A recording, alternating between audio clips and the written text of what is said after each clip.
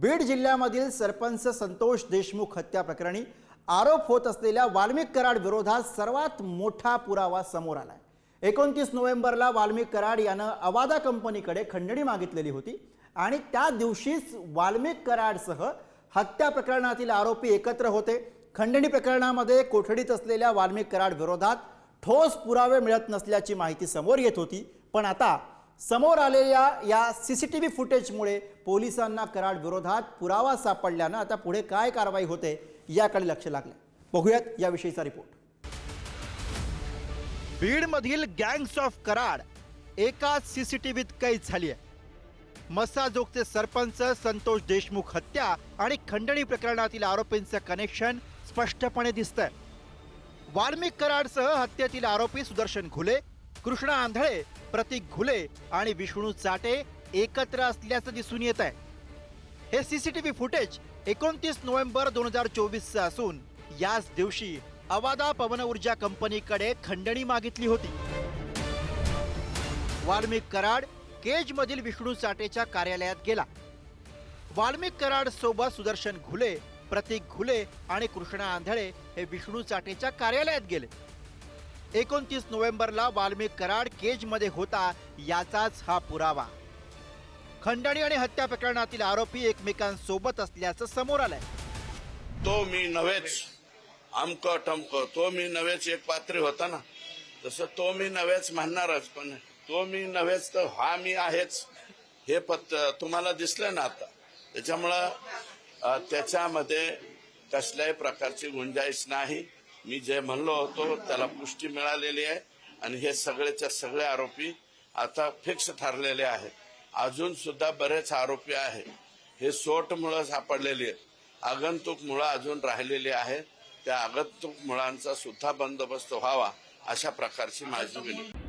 1:45च्या सुमारास मला 5 व्हिडिओज आले होते आणि त्या व्हिडिओजमध्ये बघून आधी कळलंच नाही की ते कसले व्हिडिओ आहेत आणि उघडून बघितल्यावर अक्षरशः डोकं सुन्न झालं की हे चाललंय काय। म्हणजे सगळेच्या सगळे गुन्हेगार हे 29 तारखेला हे विष्णू चाटे यांच्या ऑफिसमध्ये होते आणि इतकं बेधडकपणे हे जर सगळं होत असेल ते राजकीय दबाव आणि तंत्र आणि अमुक आणि तमुक, आता खड्ड्यात जाऊ दे सगळं, आता बास, आता इनफ, आता लोकांना तुमचे थेर चालणार नाहीये। 29 नोव्हेंबर 2024 हे सीसीटीव्ही फुटेज विष्णू चाटेच्या कार्यालयाबाहेरचं आहे। विशेष म्हणजे या व्हिडिओत निलंबित पोलीस उपनिरीक्षक राजेश पाटील सुद्धा दिसून येतोय। या व्हिडिओच्या रूपानं एक खूप महत्त्वाचा पुरावा मिळाल्याचं बोललं जातं। त्यामुळे जामीन मिळवण्याच्या प्रतीक्षेत असलेल्या वाल्मिक कराडच्या अडचणींमध्ये वाढ होण्याची शक्यता आहे। अवादा एनर्जी कंपनीच्या प्रकल्पाचं केस तालुक्यामध्ये काम सुरू। वाल्मिक कराडनं प्रकल्प अधिकाऱ्याकडे 2 कोटींची खंडणी मागितल्याचा आरोप। 29 नोव्हेंबरला वाल्मिक कराडची विष्णू चाटेच्या मोबाईलवरनं प्रकल्प अधिकाऱ्यांना धमकी। खंडणी प्रकरणी वाल्मिक कराड, विष्णू चाटे आणि सुदर्शन घुले विरोधात गुन्हा दाखल। 6 डिसेंबरला प्रतीक घुलेसह इतर काही जण मस्साजोग इथल्या प्रकल्पस्थळी आले। प्रतीक घुलेसह इतरांकडनं प्रकल्पस्थळावरील कर्मचाऱ्यांना जमर मारहाण। मारहाणीनंतर वॉचमन अशोक सोनावणेंची सरपंच देशमुखांकडे धाव। सरपंच देशमुखांनी घटनास्थळी धाव घेत वाद मिटवला। मारहाण प्रकरणी 6 डिसेंबरला केस पोलीस ठाण्यात प्रतीक घुलेसह इतरांवरती गुन्हा। 9 डिसेंबरला सरपंच देशमुखांचं अपहरण करून निर्घृण हत्या। माझं मत आहे PI पाटील असं आरोपी केलं पाहिजे। या प्रकारामधला महाजन सस्पेंड झाले पाहिजे आणि जे गरजे ज्यांची जे खासदाराबद्दल ज्यांनी ट्विट केलं होतं अतिशय चुकीचं, त्या गरजेंना सस्पेंड करून त्यांना पुण्याला न पाठवता जे पुण्याला घेतलेले त्याच्याऐवजी त्यांना गडचिरोली किंवा चंद्रपूरला पाठवलं पाहिजे। एक तर पहिली गोष्ट म्हणजे hand in gloves with police. ह्या सगळ्या गुन्ह्यांमध्ये हा राजेश पाटील नावाचा जो गुंड पोलीस आहे, पोलीस अधिकारी आहे, त्याला सहआरोपी करा, त्याला आरोपी करा, सहआरोपी नाही आरोपी करा। कारण का मास्टर माइंड आणि मास्टर माइंडचा माइंड गेम सेट करणारा या सगळ्यांचा हुकमेचा ताबेदार कोण होता? तर हा राजेश पाटील.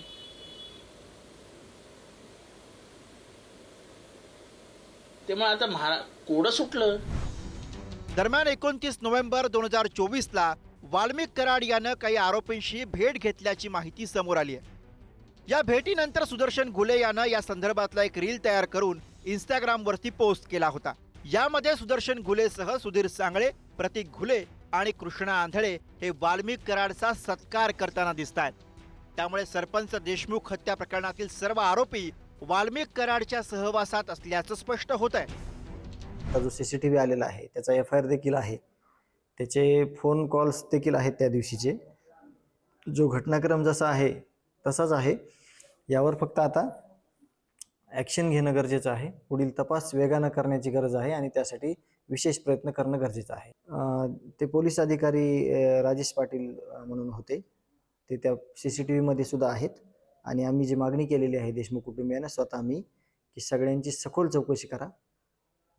ह्या आरोपींना ज्यांनी कोणी आसरा दिलेला आहे, ज्यांनी कोणी अभय दिलेला आहे, त्या आरोपींची सगळ्याची चौकशी झाली पाहिजे अशी आमची मागणी आहे. खून करणाऱ्यापेक्षा खंडणी मागणाऱ्यापेक्षा सामूहिक कट रचून संघटित गुन्हेगारी चालवणारा सगळ्यात मोठा गुन्हेगार आहे, त्याला सोडू नका. आणि ह्या 3 टीमच्या नंतर मधल्या काळात हे फरार होते त्यावेळेस यांनी कोणत्या मंत्र्यांना फोन केलेत, 100% फोन केले त्यांनी, ते सुद्धा मध्ये घ्या. 6 आरोपी, 100-150 जणांची टोळी, लई मोठी नाही ही लाभार्थी टोळी ही. मग तर जेर बंद करा लवकर. खंडणी आणि सरपंच देशमुख हत्या प्रकरणी आपला संबंध नाही असा दावा वाल्मिक कराडकडनं करण्यात येत होता. दुसरीकडे कोठडीत असलेल्या वाल्मिक कराड विरोधात ठोस पुरावे मिळत नसल्याची माहिती समोर येत होती. पण आता समोर आलेल्या CCTV फुटेजमुळे पोलिसांना मोठा पुरावा सापडलाय. त्यामुळे हत्या प्रकरणातील आरोपींसह वाल्मिक कराडचंही कनेक्शन असल्याचं स्पष्टपणे दिसतंय. उदय नागरगोजे, पुढारी न्यूज, बीड.